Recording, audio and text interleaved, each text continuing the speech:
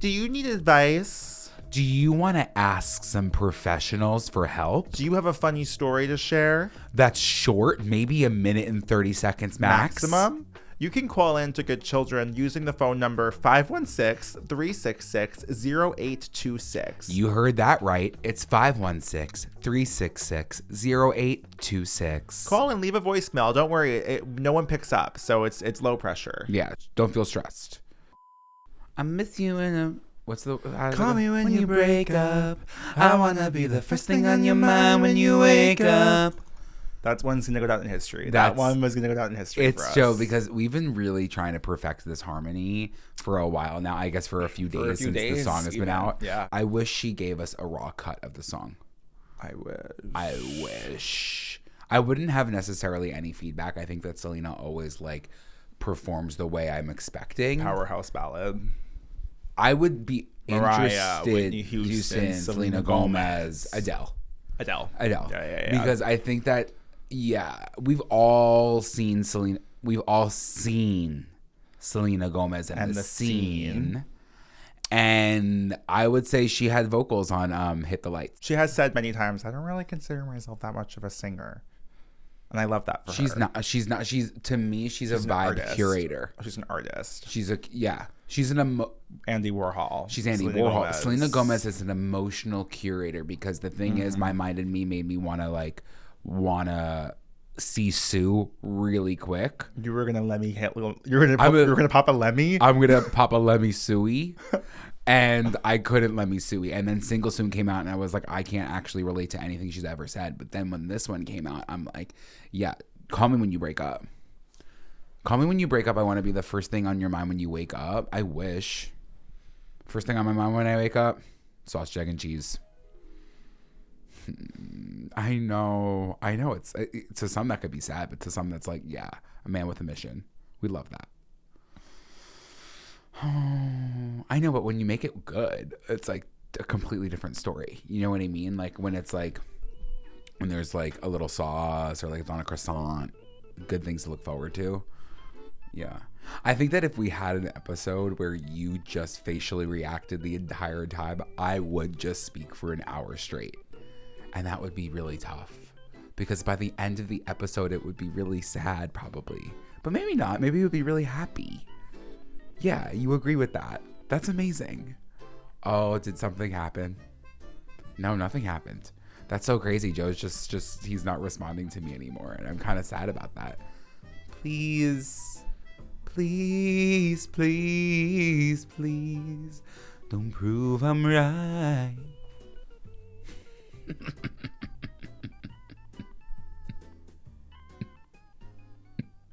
Good children.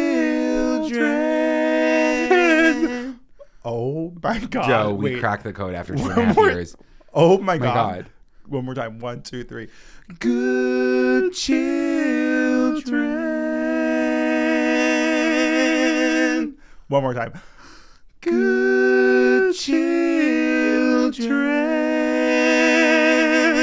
One more time.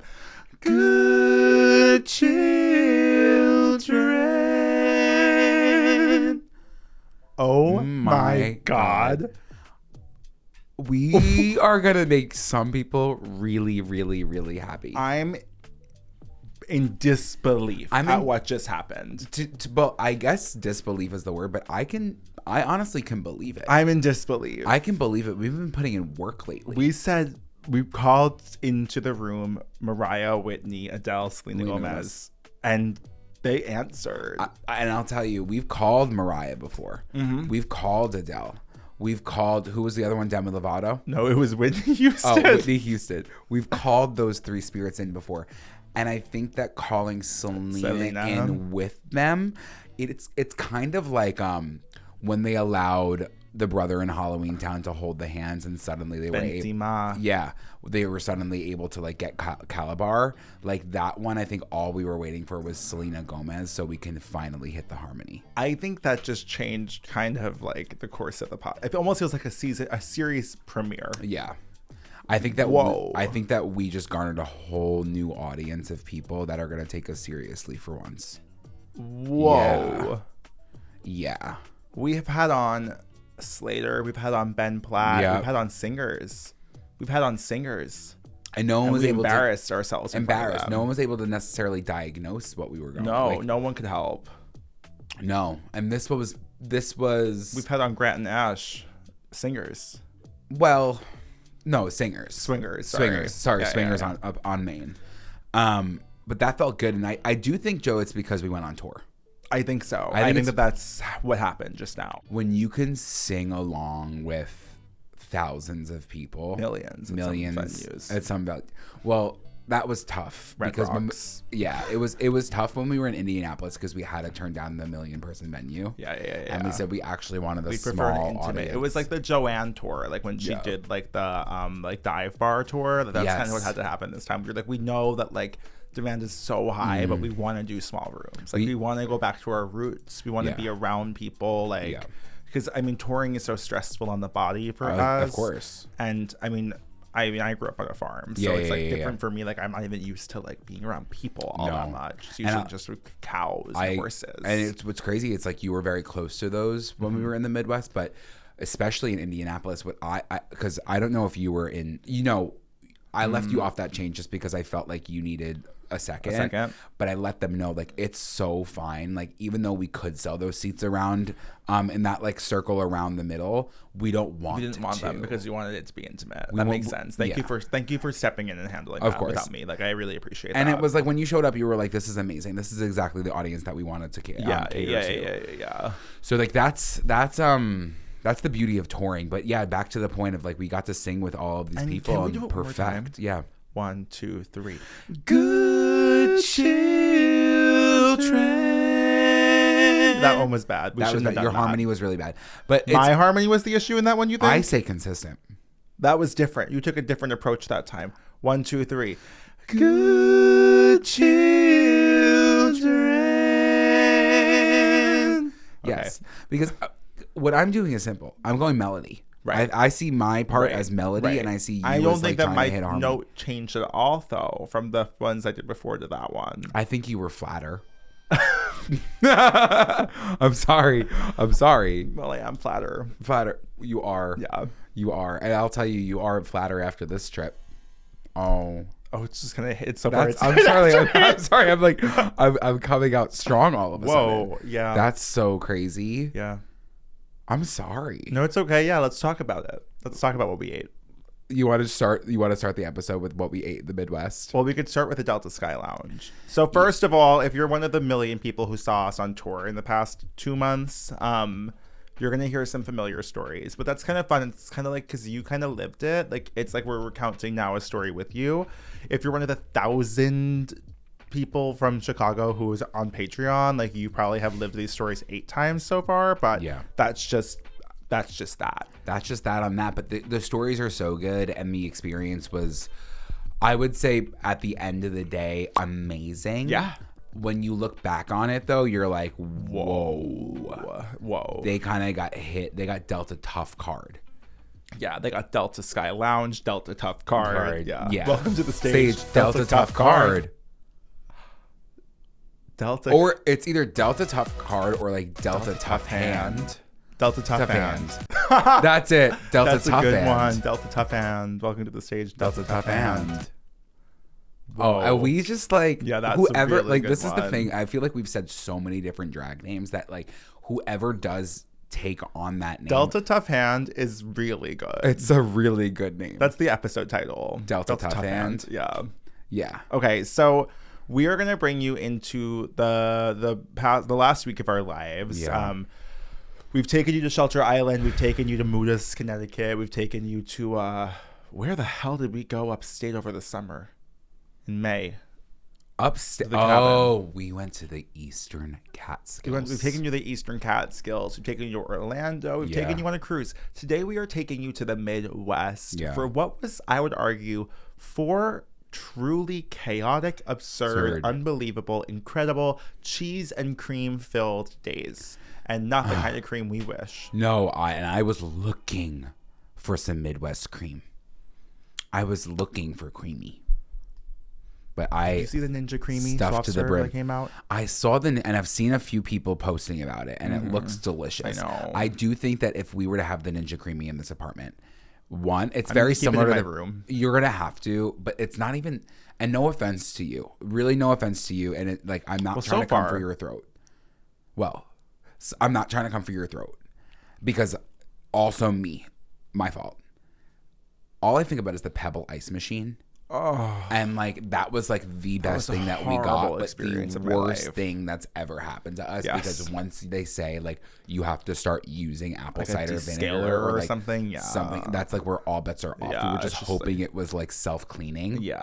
That's a shame. It is. You're right. So I'll hold on the Ninja Creamy for now until. But if you think that we're gonna clean the creamy, I don't think so.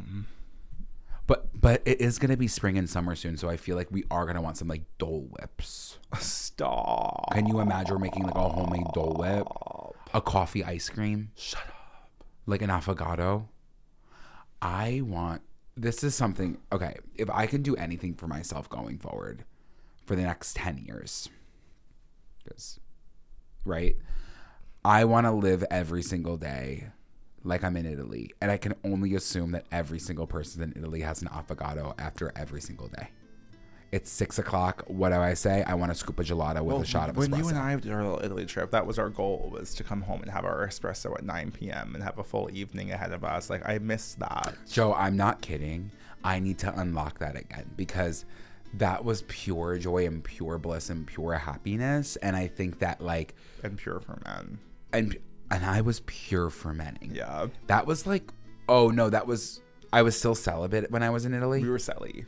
I was definitely celly, and I wasn't celebrating. I was celibate. Well, we were celebrating every day. We lived life like we were on vacation. Some could say. I lived life like I was an heir to the Versace name. You know what I mean? Like I lived life well back in the day. And speaking of living life well, I will say from the moment we touched down, or from before the moment we even flew out to the Midwest, we lived well, girl. So we're flying Delta, and we got the news 2 days prior that Delta plane landed upside down at the airport in Canada. It did a somersault, and that wasn't necessarily the most that wasn't the most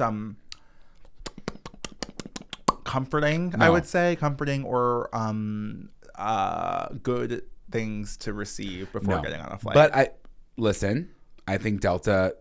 Everybody was safe for the most part. Delta right? worked. Like, Delta worked. Delta worked on their the way that they were talking about that plane. Yes, incident. for sure. And you know what? By the end of the day, like I walked right into the airport, said I'm getting on that Delta flight, and no one seemed to be panicked. So I just went with them. Me. Except for you. And when you bring panic into the situation, like. It's not necessarily comforting. No, but what was comforting was the Delta Sky Lounge. So something about me is I very recently became the proud card holder of an American Express Platinum card. And before you get ahead of yourself, you are holding a physical card. I'm holding the card. Like I have a card in my hands. Like that's what I'm saying here. Did I get approved for a membership? No. Did I ask my sister, who is 5 years older than me, to list me as her dependent on her bank account? Yes. And I did that so I can get into airline to airport lounges. That was the only objective for this. Mm-hmm. So thankfully, I have this Amex, and the Amex gets you into the Delta Sky Lounge. Doesn't get you a guest, I can tell you that, though. Doesn't get you a guest. We had to pay out of pocket for that one. And that was tough. That was tough news. It was tough news, but I didn't know what I was getting myself into. They were so sweet there. When we were walking in? Yeah. I mean, yeah, I think these are probably high rollers that are entering the Delta Sky. They were so sweet. This was my first... You go to the airport, you expect to be spit on by every person who works there, and they were so sweet. Well, we learned a thing or two about Madison, Wisconsin's airport. We learned a thing or two about the Midwest, and we'll get there. But I think that this might be a Northeast thing where they're treating you but like also shit. LAX also they treat you like shit. Yeah. It's just like, you know what? Major metros. I get it, but it's not my fault that I'm taking the flight. But it feels like it. It feels like it's my fault. It does feel like there is fault to blame. There is like I'm doing something wrong. I'm like I didn't do it, and it's like I know what I packed in my carry-on. Yes. I know nothing is gonna get Right. checked, but like on the off Did I chance tell they you do. about when I was flying to Australia and they like pulled my bag and they started going through it and No. she was like, "Do you have peanut butter in here?" And I was like, "No, I don't have a jar of peanut butter in here." And then she pulled out a bunch of No, don't even. disposable wipes. Oh, like stay ready wipes. Yeah, basically they were actually the dude wipes, I know, but that was a bit hummy. What did you say? It was a bit hummy. Oh yeah, it was a bit humiliating. Yeah. It's very like anything to do with the rectal area, the rectum, the hole is like let's not embarrass us. Like, Like if you're gonna pull out my douche, like you know what Has that is. happened to you? Yeah, for sure. At the airport? Yeah. Well, I mean, like they go through the suitcase and I see the douche in my carry-on. Why did I put the douche in my carry-on? I don't know. Sometimes I'm just bringing a carry-on, and sometimes I'm shockingly bringing the douche. But everyone knows here that I haven't. Everyone knows. What? Everyone knows that, like, find the Your vein, cannoli put it hasn't in been here. stuffed. You haven't had a stuffed cannoli in a long time. I haven't had a stuffed cannoli in a really, really long time. On the And lot. I gotta get got. I gotta get got so soon. Like I gotta get like this rigatoni. This rigatoni has gotta Get filled with a meat sauce. find its rigot very soon. Yeah, that makes sense. Yeah. So anyway, we get into the Delta Sky Lounge, and I don't know. I was really, really, really. Astonished. I was astonished. It was immediate cruise ship energy, which is just not good for you and I. Like we should never ever feel like we're on a cruise ship because we lose sight of reality. We lose sight of like our boundaries with ourselves, with others, like with our bodies. Like it is a true And boundaryless space. I lose sight of my body. I lose honestly, like I'm treating that situation like it's bumper cars almost. I'm almost hitting into people because I'm reaching for any single item that I can possibly get my grubby hands on. I have to say, like, I really hate a buffet. I really don't Disgusting, like the buffet. you Well, I don't mean? even care. I don't like I'm someone and I need to work on this. Like, I don't want to bother anyone physically. I don't want to take up space at a buffet. And I hate more than anything, like being behind someone who's making a lot of decisions. Who is sitting there and thinking. You don't think when you're on a buffet No, line. You don't have the mindless. time for that. I grew up going to Shoney's, to Golden Corral, Yeah. like to buffet, to CC's Pizzeria, to CC's. to the tomato place that I think had the word plantation in it. I think it's Super Plantation is the name of it. Well, I wouldn't get ahead of you. That's exactly the name of the restaurant, Super Plantation. Well, I mean, I frequented the Fogo de Chao, but I also frequented the Ruby Tuesdays. Ruby Tuesday Salad Bar. Exactly. Lana Best Del Rey. croutons ever. Lana Del Rey learned to play guitar, learned the 4 chords on the guitar, waitressing. Wearing a white dress, I was only 19. You know where she Was learned it a that? Ruby's? And you know where? Orlando. On Long Island. No. Yeah. She learned to play the first 4 chords of her career, how she wrote her first album, by waitressing when she was waitressing at a Ruby Tuesday on Long Island because she was living with her uncle who lived on Long Island at the time. No. Yes. What if it was my Ruby's? I can only assume. that like she was like restocking the salad bar for us. In the same parking lot as the LA Fitness where my personal trainer decided to quit on me. 10th grade. I wasn't ready for that. The Men in Music Business Conference. It was the Men in Music Business Conference, and he knew that I was frequenting that salad bar for the wrong reasons. But yeah. So buffets, it's not like we're unfamiliar with a buffet, but I just don't think it makes sense. I was going to Phillips Buffet in Baltimore. Not Baltimore. Oh, but I think Baltimore. Yeah. Phillips? You know Phillips? Yeah, I know Phil. You were going to Phillips? I've never been to Phillips, but it was in the Inner Harbor. Oh, Andrew, I was going to Phillips as a kid. What are you, cracking crabs? Yes. Yes. I'm never cracking crabs. No, you gotta go to. Amanda texted me yesterday and said, "You know what we should do? So just go down to Baltimore and go to Phillips." I would love to come with you guys to Baltimore. to go to Baltimore and go to Phillips. Yeah, no. So like, I don't know. I just feel like there's a Chinese buffet. I was always going to one in Orlando, Florida. But I'll say always something. Throwing up too much food. Always too much always food, and it's food. always too cheap. And you're always thinking, like, what do you mean? What do you mean you're only charging me that much for the all you can eat? It makes you really think about what's the quality. Speaking that of you're all giving. you can eat, do you remember when you and I were going to see, I believe it was the Grand Budapest Hotel by Wes Anderson. Yeah. We were going, and prior to that, we went to an all you can eat sushi. Right? I know exactly what you're talking about on Broadway. And you started to stuff your shirt with sushi because you were afraid that you would get charged for that leftover sushi that you couldn't finish, right? Yes. Or no, I'm sorry. You just spilled an entire jar of soy sauce on the table at Kiku, and then you were embarrassed, so you cleaned it all up, That's what happened. You put it in your sweatshirt, threw it out in the bathroom, and then you stunk like soy sauce for the entire Grand Budapest Hotel. Which wouldn't be much different if I didn't have soy sauce. I'm sorry. I would think like it regardless. But I will say all you can eat sushi, that shit is so stressful because I'll tell you something. They want to say it's all you can eat, but then they're going to say if there's any food left on the plate, they're going to start charging you extra for it, which I understand. You don't want to waste food, and I never want to do that. Right. But then you get to a certain point where your eyes are bigger than your stomach before you order the poo-poo platter of your dreams. And then I've done some crazy shit at all you can eat sushis. I'm sorry. I don't want to keep talking about being wasteful, but I had to throw out some sushi in the bathroom. How? Well, what I did was I was with my parents. I'll never forget. It's right, the one right by the Massapequa train station. Yeah, I know the one. I went in there and I was like, let's do something a little different. We ordered a good amount of food.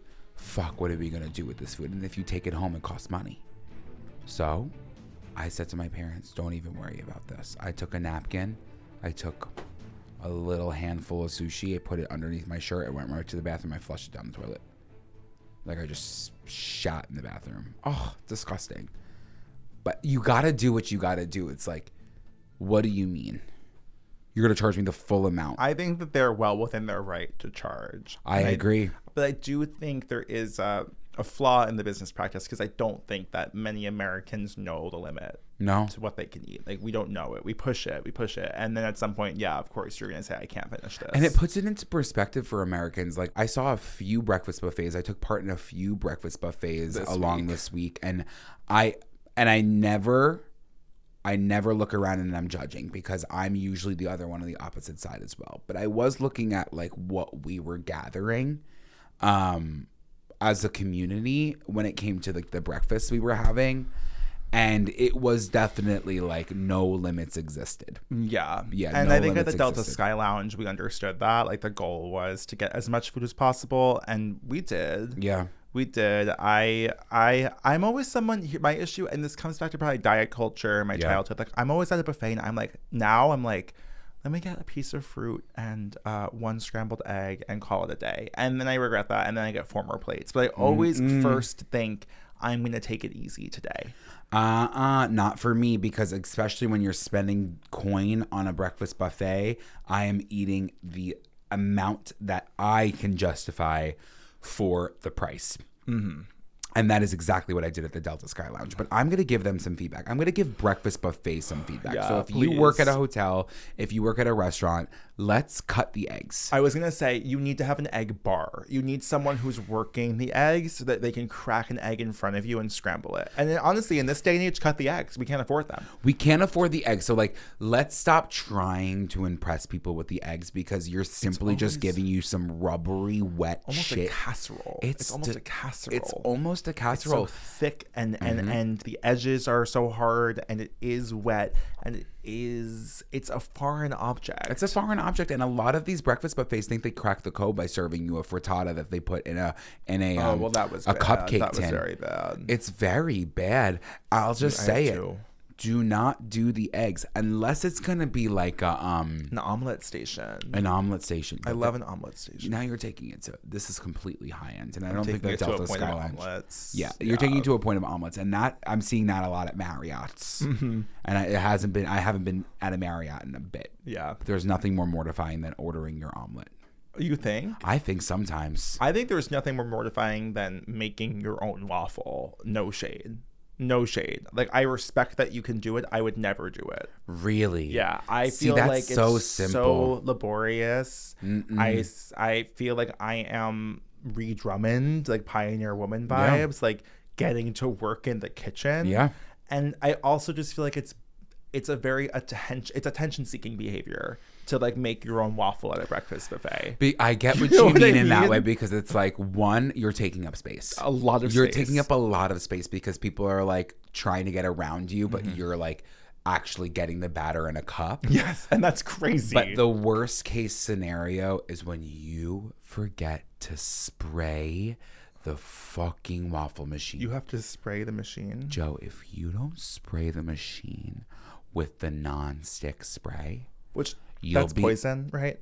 That should not be a drink. Carcinogenic for sure. Oh, 1,000%. But I drink Diet Cokes daily. Right. So who the fuck cares at this point? Right. Like, put me out next week. But that spray, if you don't spray it, it sticks to the waffle machine. And you want to talk every Wednesday. You want to talk about Jack, who's 7 years old, waiting right behind you with his mom trying to make a waffle. He's pissed because you're scraping that waffle with a fork, and I'm embarrassed. Oh. I'm embarrassed. There goes my breakfast. And that's what I'm saying. It just doesn't feel worth it to me. I also don't like at a buffet when you're the whole episode's just buffets. I don't like when you're at a buffet and you are occupying a machine, like you're operating a motor vehicle, and it's either the waffle maker, even the toaster. Even the toaster to me sometimes feels like I'm going too far. Because I'm like, I don't like when I create a queue, when I create a line, like when I am now officially the line master. But that's where they started innovating, and they said we're going to have the revolving toaster. You're going to drop the toaster. It's going to stay in line with the other bagels, and it's going to come out one at a time. But then that almost feels too communal now. Because your bagels are touching. Now I'm like, your everything bagel touched my piece of toast. Yeah. And now what do I do about that? You got to just go with it. I don't know. Buffets are all about just going with it. I know, but I'd rather just not have the toast. I'd rather not have the waffle. And then you're going to end up not having anything. You know what I mean? No, that's not true, because I always have an oat or a yolk. Because that's easy. The oats are easy to bring out, and they're always like a little too like, whoa, that's pretty slimy.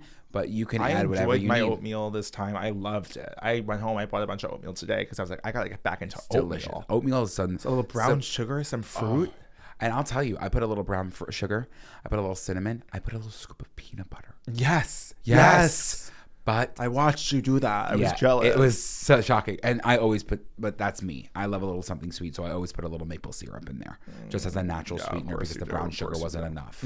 Right. And neither was the peanut butter. So yeah, that's that was our experience at the Delta Sky Lounge. Listen, I had a few plates. They had fresh donuts. And when you're gonna put out jelly stuffed donuts, especially when you cut into the donut and at least 2/3 is taken up by jelly, and it gushes a bit, and it's like a fresh raspberry jam. I gotta get to Lancaster, Pennsylvania. I know, Joe, it's sick. I know. It's like, I was saying it this week. I used to beg my parents to take me to Lancaster as a summer vacation. So what was your favorite memory today? I think the Amish people. What was your favorite memory today, Dad? The Amish people. Just to go. Just I wanted to see the Amish. Would the Amish let me intern? I feel like, I don't know if they would love you energetically and but think about me, like politically and sexually. I just don't think that they really love gay people. I can do whatever they need me to do. You could be mask presenting. Don't do it, please don't do it. Hey, how's it going? Yeah, no, I'll make the Boston cream donuts. I think that what I can do is I hate to promote that I'm a shapeshifter, but I think I can shift a little shapes when I get there, and I can say, hey, listen, I don't need to be myself. This is not what I'm not going there to be myself. I'm going there to learn the practice of making an amazing donut. They're making almond butter over there. Oh, not sorry. I meant to say apple butter. Apple butter. Yeah. I'll churn whatever the fuck they need. I'll churn butter. I'll stuff a donut. I'll turn the lights off. You know what I mean? I don't need my phone. I'm actually actively trying to get away from my phone. Yeah, I know. It's amazing for that. It's amazing for that. But a quick little trip to Lancaster would be amazing. Yeah. So anyway, we get on our flight, and I mean, there was the flight. Again, we were coming off of a Delta incident, and we're getting on that plane. We're boarding. Everything's smooth sails. The last thing you want to hear after a Delta incident is the pilot get over the announcement and say, hey guys, we're going to be delayed for a little bit. Seems that we're having quite some problems with the bathroom. The bathroom's going to need to be checked out, so we're going to give it 15 to 30 minutes. We're going to have someone on board very soon.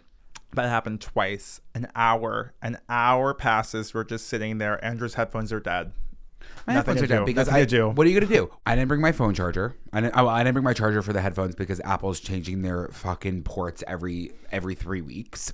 For my dumb AirPod Maxes that they stunk like the worst headphones I've ever seen in my life.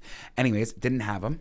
So I'm just sitting there, but it wasn't comforting hearing him. And I was like, you know what? You might as well just put a do not use on the bathroom. Yes, you were really encouraging that. But why in my head was I thinking, this isn't the bathroom, it's the wing? It was codename. It was codename for engine. Yeah. It was codename for engine. And then they announced that we were going to be deplaning, and they opened the plane doors, and then they said, everyone get back on immediately. And then we took off, and it was a smooth ride. Wasn't bad at all. That's so bad. It's like not even funny. Joe crossed his fingers when we were landing. No, it was just... It was actually funny. No, we were saying that's what the pilots were doing. Yeah, we were like, they're just like... like it really felt that was the vibe. That was the entire vibe. Flight. But we don't landed. like being on a plane where every time there's a bit of turbulence, everyone around you is. It was a sensitive time. Yeah, and that's not fun. It was not fun. It was a sensitive time, and like we were all going through it together. But after we like fully came to a stop, it was. I was happy to be in Indianapolis. Yes. I've never been happier to be in Indianapolis in my life. Have you been to Indianapolis prior? No, I haven't, but I never thought I would. Yeah, and I'm so glad that we did because it was fantastic. However, it took us a second to get out of the airport. Took us a second to get out of the airport, you guys. So the thing is, Joe doesn't drive, and that's so fine. Like, don't even get it twisted. Like, he keeps pushing the date. It's fine. I think it's literally fine. It's so no, Joe. I think it's impressive. I really do think it's very impressive to be a 28-year-old man and not have a license. It's like very impressive. I'm really proud of you for that. But I got to the Enterprise car rental. Listen, he was a great representation of what I thought that Midwestern men would be because he was sexy and like I could have seen. Oh my God! Like, why was that gonna say coming out of my mouth? I wanted to see his cob, like corn. Insane. He was probably like my age. So he asked me for my credit card, and you guys, I forgot my credit card at home. Like, what was I going to do about that? Like, I didn't have my credit card, and he wouldn't let me get the car. What do you mean? We're going on a Midwest tour. What do you mean I have to drive the car from Indianapolis and drop it off in Wisconsin? And I feel like, honestly, though, like, I didn't blame you at all for something like that because who knew? Who knew? I literally thought, I was like, when I reached for my wallet and I saw the credit card, I was like, oh, sorry, I don't have my credit card, but I have tap to pay and I also have a debit card. So whatever you need. Neither's going to work. Neither's going to work. And he wasn't willing to show me any grace. He wasn't willing to show me any grace. So I was like, oh, we're literally SOL, shit out of luck. And we're going to have to Uber to the hotel. And also, again, but we're landing in Indianapolis, and then the following night we're doing a show in Chicago, and the following night we're doing a show in Madison, Wisconsin. We had to drive like 3 to 4 hours from each of those venues. Thankfully, our manager Phil was coming with us, but he was landing later that night.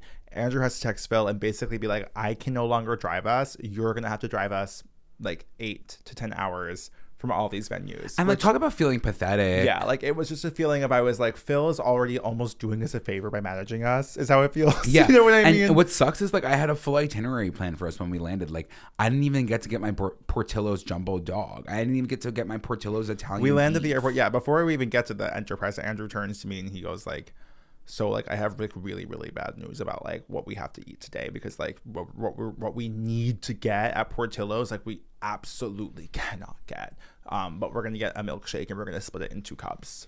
Like, because I was told that they have like a cake shake, like there's like cake in the milkshake. So like I had to get that. And because we had dinner like 3 hours later, so I was like, we can't get full, so we have to split the cake shake. And then we were both going to get the jumbo hot dog, but people were telling me to get the Italian beef. And then I was like, once we're done with there, Swig is about 7 minutes away, and I needed to be able to try these creamy sodas. Like, everyone's talking about these creamy sodas. So I was like, I want that for us. We didn't get to have any of that in Indianapolis that first day because we didn't have a fucking car. So Andrew texts Phil, and Phil is not responding because he's on an airplane, but obviously that triggers you to start thinking that he's mad at you. Yeah, I'm like, Phil's gonna punch me in the fucking face. And this Phil is the sweetest like, man. He like meditates. He is like so kind. He is so level-headed and grounded. Like truly cannot possibly be a more like safe person to be around. And yet I could feel Andrew deteriorating. Well, what are you with gonna each do? step we took. It just goes to show you like how my brain operates. It's like when I text someone and they don't immediately respond, or it like takes like 2 or 3 hours and it's going to like it's not being delivered. My immediate thought is like, oh, they wish ill upon me and they would do everything in their power to not respond to me. Isn't it interesting to think like, doesn't that kind of, because I am the same way. Yeah. But I'm like, now that I'm hearing you say it, Mm-hmm. because as always, we're just each other's mirrors here. Yeah, of course. Isn't that almost rude? It's almost rude to think that it's almost really rude to think that The person think would the other drop person what is they that, were doing. or that person is that mean. Is that snap with their judgments and so rude? Like, it's actually rude to think that Phil would be mad. And I think that, and when we told Phil, I think he was shocked. I think that he was a little bit offended that we thought that he would be mad. Because I think that he thinks he would be mad. we think that he is like, he tends to be that way. Right, yeah. And that's never the case. And but that's what I'm goes saying. for It's a good way everybody. of listening. It's a good way of unlearning that. It's unlearn your bad habits, because again, if someone is not answering you back, that's okay. First, they might be doing something. Yeah, 2, you're not the most important person in the world. 3, they're not mad at you unless they respond and it's nasty. Right. That's why I like a voice note. And I'll say that. I like a voice note because I can read into how you're feeling. Can you start voice noting me from now on? I think haven't I been clearer with my emotions? You haven't. with you on text. You've been much clearer. Even with today, your I kept emotions. saying no rush. No rush, like totally fine. Like, even when you were like, oh, we should start like when you're back, I wasn't even stressed like, oh my God, I can't believe I'm not back yet. Right. Because it was good on your end. But if you do, That's because I learned an unforgettable truth about you on this trip and earlier today on Patreon. Well, yeah. That's crazy.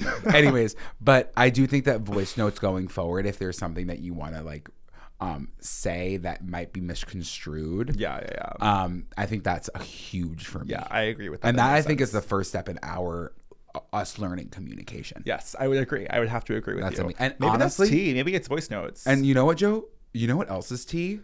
Feel free to call me. I know you're not like a caller. No, that's what I'm saying. A voice note's an easy in between for us. Yeah. Because it's like, I don't want to call, you don't want to text, so we can voice note. Okay. Easy That's for now. so And then maybe easy. we'll get to phone calls at some point. But Okay. that's a perfect compromise currently is voice notes. That's so amazing. So Yeah. anyways, we get to the hotel in Andrew is Indianapolis. shaking. I booked the physically wrong shaking. hotel, by the way. I want to let you know that. I booked the wrong hotel. I thought we were at the hotel across the street from the venue. And you never told me that until No, just now. no, because I was like, I can't have like, because what was to happen after that? Like, I just couldn't get hit by hit. Like, I was in charge of planning the itinerary for this, so like I was just steadfast in where we were, and we were close enough, so like that didn't matter. Anyways, I get to the fucking hotel. I'm taking out like caution wet signs because I'm having a panic attack. And now we have to walk. Joe sees Because there was a damn pool. There was a pool at the hotel, and we had nothing to do all day. And I was like, honestly, we should go swimming. So I had to go buy shorts because I didn't have a bathing suit. So we walked 15 minutes in the freezing cold in Indianapolis, Indiana, to go to TJ Maxx. Why are you shaking your head? Because I can't believe we did it. But thank God we did. Thank God we did. Thank God we did, because I had shorts. Don't get it twisted. But I'm saying thank God we did, not for the pool, but for what happened after that. Oh yeah. We Well, had it was like the saving walk grace. it was so important that we went for that walk. We were stunned, speechless by Indiana. I have to say, gorgeous Shiz University. Shiz. It was Shiz shizzy universe. everywhere. Yeah. And listen, the Midwest, every city Beautiful. had its own charm. Indianapolis, for those out there, and we talk to people, and I'm sorry to you sorry girls. to Indianapolis. Indianapolis, I'm really sorry to hear They this. don't fuck with They you don't out fuck there. with you guys. No one fucks Both with you guys. Chicago and Madison, you guys were like talking hella shit about Indianapolis. I was like, oh my God, like loved Indianapolis. They started laughing. They were like laughing. they were at all you like, guys. we're a lot better than Indianapolis. It was like, And I'm whoa, like, I Indianapolis wouldn't wasn't even even like bringing you guys up. No. That's the other thing. Indianapolis is like happy in their lane. Like they're minding stayed their put- business. No, they were so happy staying in Yeah. their lane. And I'll say it, like it was very European. Like it was so Indianapolis, gorgeous. yeah. Like I didn't see much of the city besides that tall statue in the middle of what I could assume was a piazza. Yeah. With a piazza with Yes. two Z's, and it was just glorious. Gorgeous. It was gorgeous. Leaving TJ Maxx, we spot a budget/Avis rent-a-car center, which is shocking because we've already experienced this once today and it wasn't great. And it wasn't great. And it was Enterprise before. But I will say to you, and I've always been Enterprise loyal. I will say to you, when you were at the airport trying to figure it out, I was on Google and I was seeing that airports primarily are the ones that are really tough on the credit card and that they kind of get laxer when you're not in an airport. All right, so good. we chose to go to the budget Avis rent-a-car center. Yeah, and I walked in there. I immediately put all my cards on the table, minus the one, and I said, listen, I don't have a credit card, and I don't know what you're going to do for me here, but I definitely need a car, and I have a debit card. And then immediately the sweet, sweet angel of a woman, Ashley, whose husband might be listening to this right now. Ashley's husband is listening. Ashley might be listening. Ashley might be at this point. She might be listening. She says to me, what's your credit score? I never want to hear that question. It is again. exact. How much do you weigh? Unless it's the IRS. How much do you weigh? What's in your bank account? What's in your bank account? How much money do you have? What's your credit score? Where were you on January 6th? Exactly. You don't want to hear any of those questions. The three questions I never want to hear is how much do you weigh?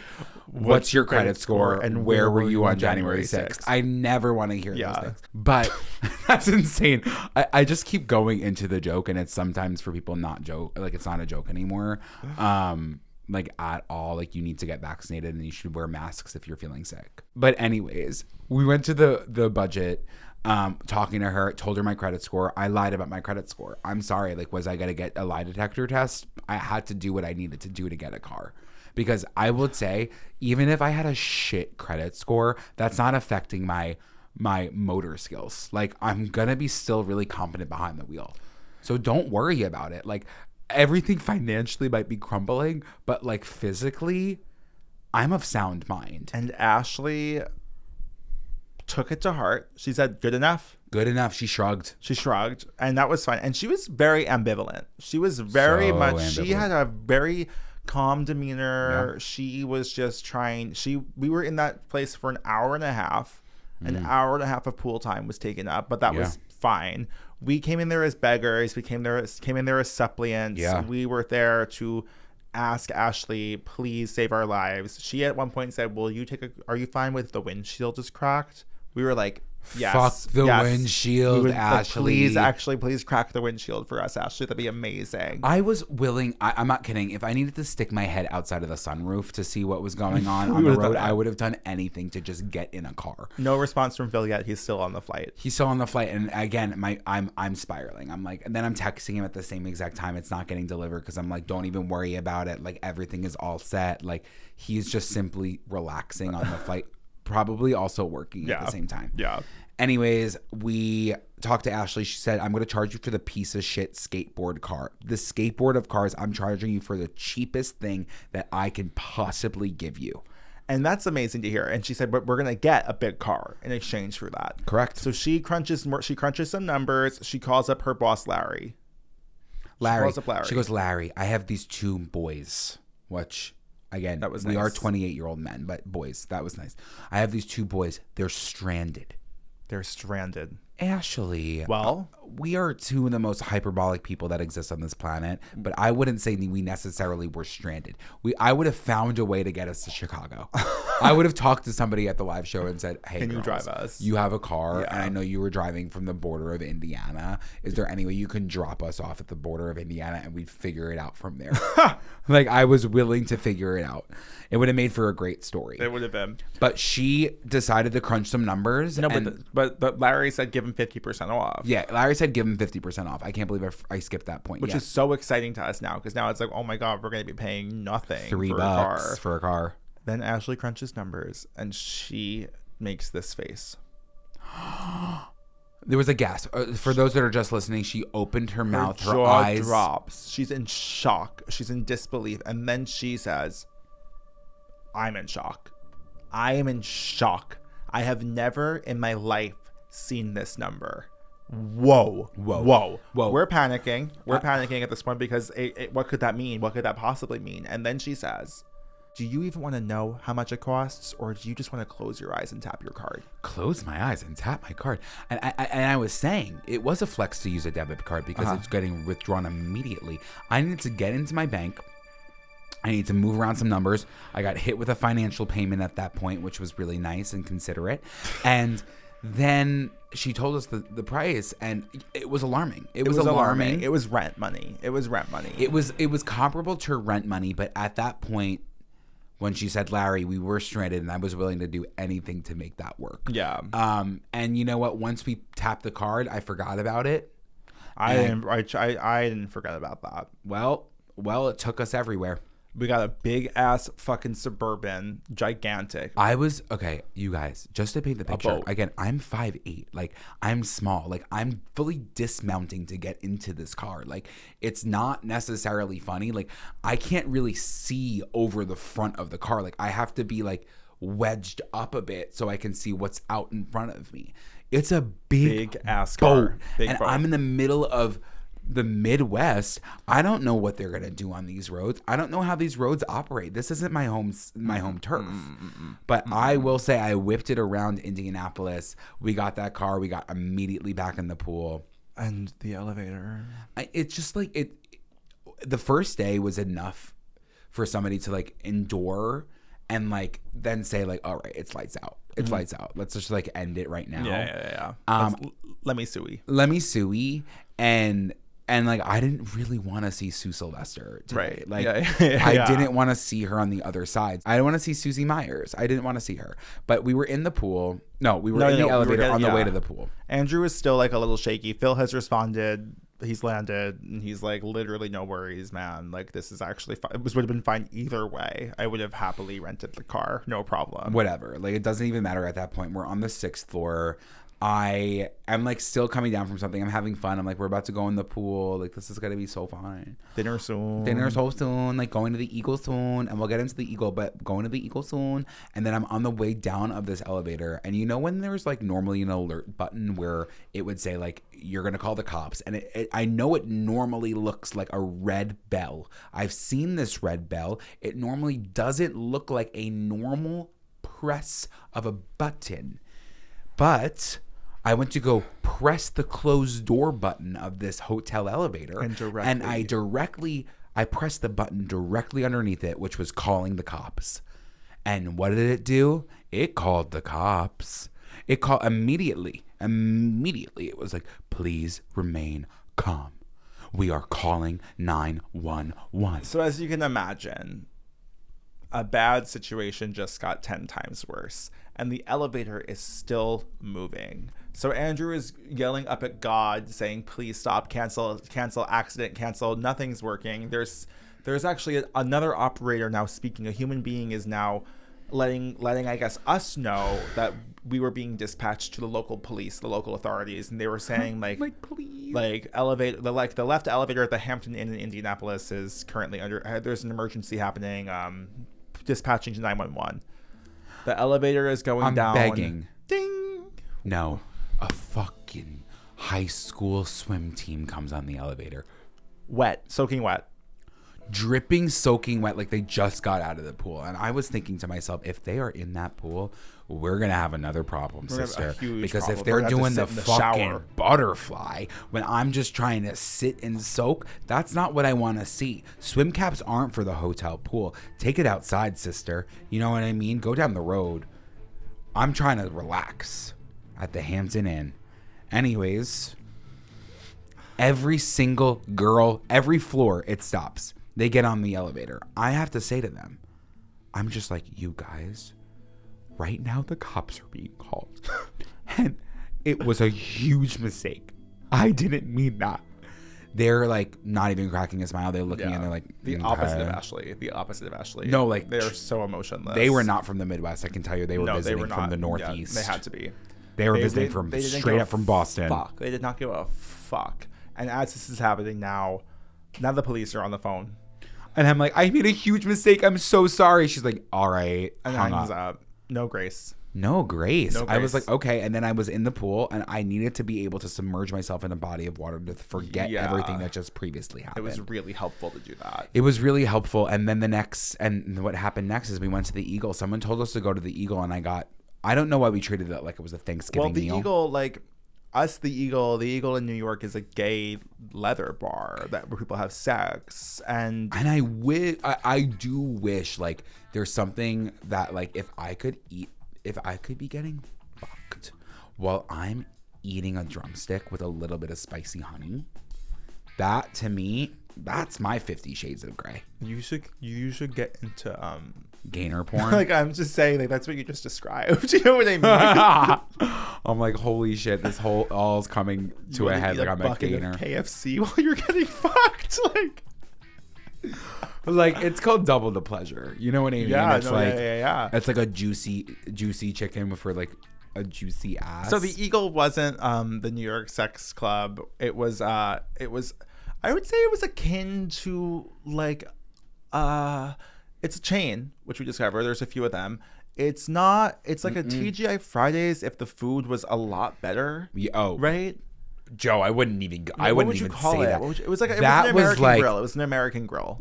It was the closest, and they're not gonna get this reference, but it was very close. Jenna, it was very close to Zorn's. If Zorn stepped their pussy up a bit, they could be the Eagle. Like, that's just the truth. like that is it just could go from the turkey to the Eagle. Like it would go from the turkey to the Eagle. It was the best food we ever ate, but we did order so much of it, like so much, an unbelievable amount. And I want to say it. Put blackberry jam in your mac and cheese. Try it out. To all of our chefs out there, I know that we actually have curated a chef community, which is really incredible. Joe did something very amazing. Thank and you. I think that, and when we said this at the Indianapolis show, there were gasps in the audience. Yeah. People were like, oh, because it is shocking. It's shocking. Something you would never expect. No, but when you have a creamy, cheesy something, it could be cut by a sweet. I learned that from you. Thank you. Like it is like you need to be able to mix different flavor profiles. So the creamy, cheesy salt, and it was salty, and it was almost a spice to it. There was a spice in the breadcrumbs. There was almost a white pepper in it, I would say. Yes. Was it a white pepper? It was a white pepper. There was garlic breadcrumbs on there too, but the garlic is not giving spice. It was giving I think there was a white pepper. Deep flavor. Anyways, you're like, whoa, how can I elevate this? We cut it with a little bit of blackberry jam. I slathered that blackberry jam on a biscuit. The biscuit was fresh and warm. I slathered that blackberry jam. I said, I'm going to pull this chicken off the drumstick and slap it on that sandwich and put some mac and cheese on the other side. Holy shit. You would think, saying it back is like, oh my God. Like the limit does not exist again. But like, people are afraid. This is what I'm going to leave it. And I was happy to see with you. People are afraid. They are afraid to think like that. Because when you think outside of the box, when you think outside of the plate, you're afraid, is there going to be people that are judging me? Am I in a safe space? You are always in a safe space when you're at a table, when you're at a dinner table. Be willing to take risks. Cut the creamy salt with a little bit of that blackberry sweet. It's okay. That's how you develop a recipe. That's how you become not a cook, but a chef.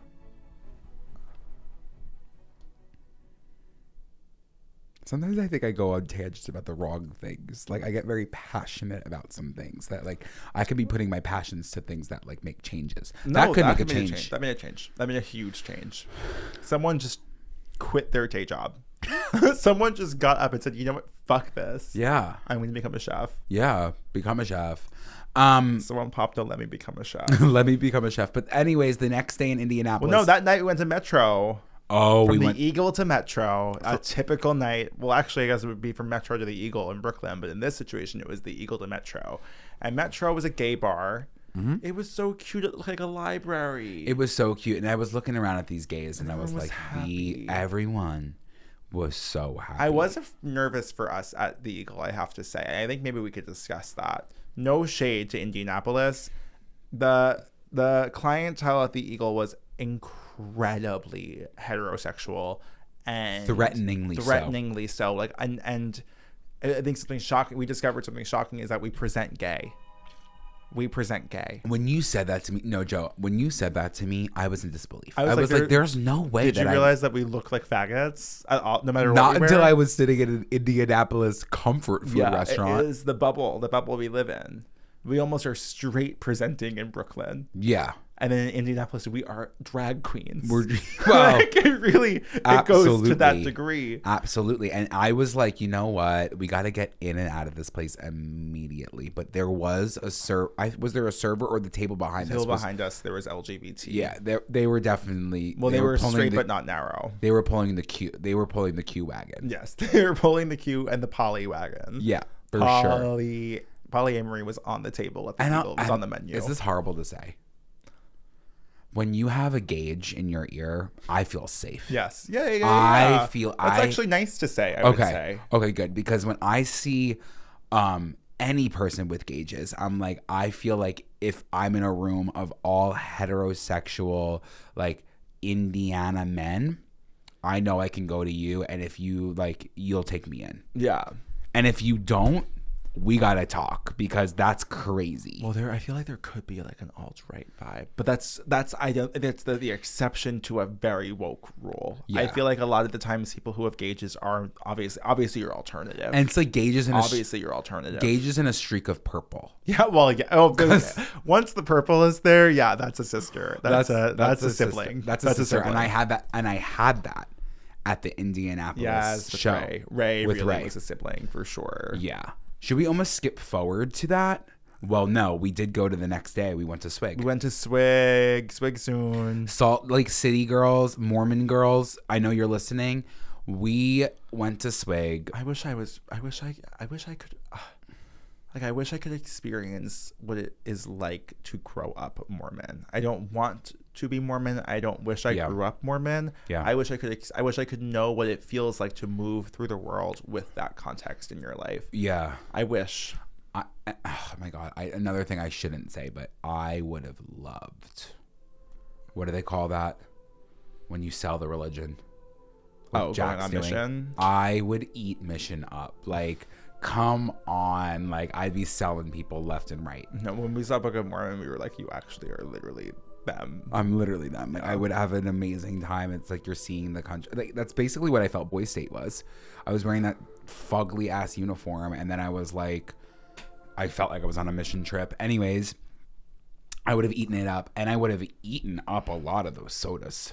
Oh my God. That's like that's like the sodas. Well, listen, the Swig line was about an hour long, and that's okay. That's fine. I don't know what I was expecting when it comes to Swig, but I just feel like I discovered that just because you put cream in a Dr. Pepper doesn't make it not taste like a Dr. Pepper. You know what I mean? I know exactly what you mean. It was surprisingly just soda.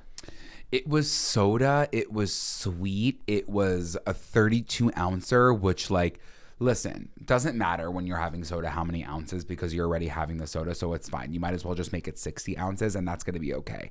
The come down on the other side was so shocking, and I couldn't even believe I did that before I went on stage. I had to sub out the half and half for coconut cream, because, girls, you're putting half and half in a 32 ounce cup. Like, that's not going to work for me. Tonight. That's not going to work for me. I'm going to get half and half tonight. It's like between that, the fried chicken, the cheese curds, the deep dish pizza. It's like you have a recipe for disaster over there. The Panera. I had Panera that day. Remember that? Yeah, because I was like, oh, I'm going to have a 32 ounce soda, and then I'm going to have the soup and salad. And listen, Panera, I've always been a fan. I love you girls. Like, we've worked with Panera before. I know the Panera girls are listening. Something's up. Something's up with inflation. Obviously, it was the smallest. Shrinkflation. It's shrinkflation. It is the smallest size I've ever seen for the You Pick 2 soup and salad. Like, I'm sorry. Three slices of little chicken. No. That wasn't gonna work. But the show was lovely. The show was amazing. It really was. It was so nice to be back on stage. It was so nice to see our girls. It really felt it felt so natural to be back on stage. It felt so back to normal, really. And every single person we met on all 3 nights was so kind, was so thoughtful, was so smart, had so many interesting things to say. Like, nobody, like every person had something of value to bring, which I thought was so crazy. Like I said this on Patreon, but it was like it was as if, like, I mean, it's true. You've spent 2 to 3 years listening to us talk, and it was finally your chance to speak. And so no one minced any words. No. Everyone knew it. They came up to us. They had a pitch ready to go. We learned something about them. We learned something about us in some situations. And I really, really, really felt amazing connecting. And the amount of gifts that were brought to us, like, Jeez Louise, you guys, like the letters, the thoughtful bracelets, the books that were given, the cow pies. I had one. The cow pies. I had my full Tony's Chocolate Only bar. You have mine. I do. I chose which one I wanted. I'm sorry. That's okay. In Madison, when we were doing the meet and greet, and someone came in, and who was it? Abby rolled a can of Chef Boyardee right to us, perfectly rolled it. Yeah. It on the other side, since we were being blinded by light in front of the ring light. We thought there was going to be a grenade that detonated. And because you really do never know in meet and greet situations what you're about to walk yourself into, but like hearing a can start rolling towards you was shocking, Abby. But when I was able to hold that in my hand and see it was a Chef Boyardee can, Abby, you reminded me so much of one of our very close friends, Alex, from before we even met you. When we did the Q&A and you talked about the mozzarella sticks, I was like, this is so Alex. And the Chef Boyardee can, although I know whatever, the Chef Boyardee can was cherry on top. It was cherry on top, and all of the shows, like, everyone was laughing. We loved that. We got off stage and we were like, this. Well, I mean, we both got off stage and we were like, we can do this. I really love a stage, you guys. It just feels comfortable, and we were able to like see everybody and talk to you. It felt like we were in conversation.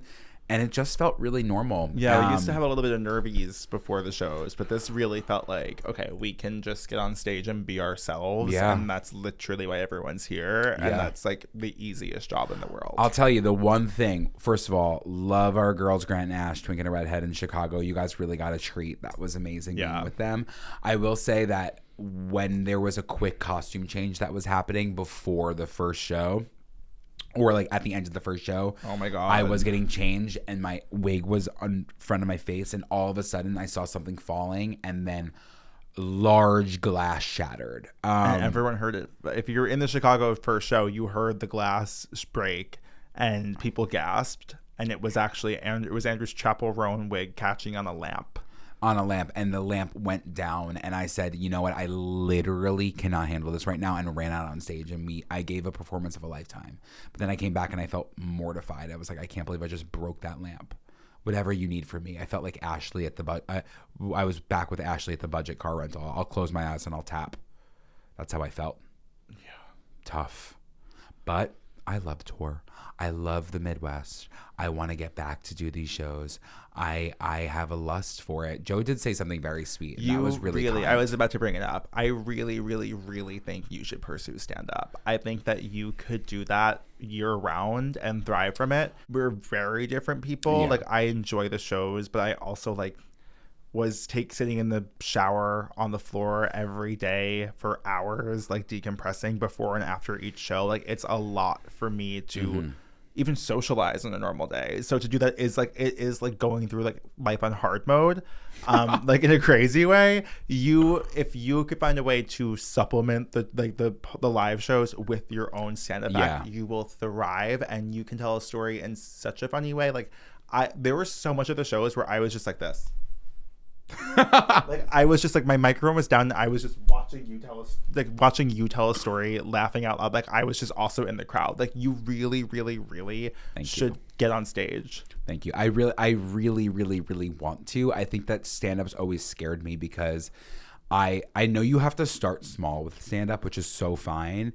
I think that we skipped a few steps when it comes to like, I mean, in Chicago, there was like 600 people between the two shows. Like, that's a lot of people to just do stand-up in front of. But it's also like our friend shows. Like, do a George night. Do like an Evan show. Like, do like everyone, like, do those first. Yeah, you're right. I could start doing that. I think that would fill my cup. I love being on a stage, and I love entertaining people, and I love making people laugh. and I'll do anything for it. So yeah, I think that stand up could be next for me. Would you guys come to listen? Yes, they would. 150% they would. Okay. Yeah. Stand up soon. You really should do it. Yeah. Oh my God. Like, You're looking at a stand-up comedian. Yeah, I really do think that is, you should get on it immediately. Okay. I'll start crafting. I'll have to like think of a set. A 10 to 20 minute set. Quick and easy. Well, 20 minutes. Right? I feel like a tight 10. I think a tight 10 to start. All right, I can do a tight 10. Who knows what I'll say in that 10 minutes? I could be saying a lot of incriminating things. Exactly. Yeah. It's gonna be not only the cops, it's gonna be an ambulance. Yes. And it's gonna be some mental health professional. A mental health professional for sure. Yeah. I'm sure I'll get up there and say I steal Locatelli cheese. Yeah, for sure. That's a gag in general. Yeah. But we learned a lot on this trip, and I learned a lot about the Midwest. I ate every single cuisine you can possibly offer. As we said before, it was just cheese and soda. I'm sure you guys have salads there too. That's amazing. But I hope you guys met. I really love the live shows because I hope they meet people. And they do. They do. Yeah. Like even the last show, the Madison show, they were like, we just met these two people and they're the best people ever. Like I love them.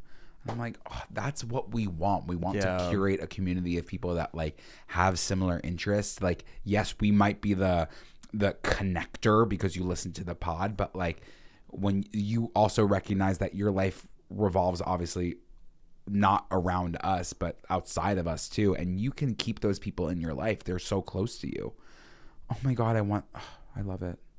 I'm going to start going to podcast live shows, other podcasts. Don't we do that already? We do.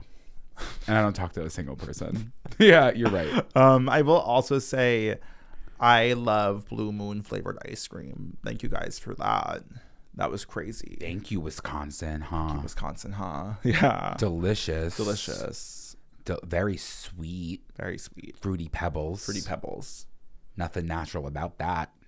Oh, and you're Miss Natural? Yes. Good children to the guidance office. Just kidding, because we need more phone calls, and we don't ever tell you how to call into this podcast. Nope. So if you want to call in with a question, with a short story, with something silly just to share with the group, you can call in at 516-366-0826. That's 516-366-0826. I'm tired of rumors starting. Joe, what's your rumor this week? My rumor this week is soda with cream in it. You're a hack. A government hack job. Soda with cream. The Baja Blast with cream. The dirty Baja Blast. It's on the menu. My rumor this week, sweet plantains. I love a sweet plantain. I'm not often having them. I wouldn't know how to make them if there was a gun to my head. But that's maybe something that I would actually like to start getting into. But I've started... I recently had a bowl today for lunch with plantains. I want to put that shit in everything. I want to eat different variations of banana as many times as I can. And I can only assume that plantains also have as much fiber. So I'll report back on that. I'm sure that you will. I have no doubt. Yeah, because I had black beans and plantains. So it's only a matter of minutes. Well, you guys, thank you so much for watching this week's episode. Don't forget to do your homework. Like, comment, subscribe, rate, review. Write a little something nice to us on Apple Podcasts.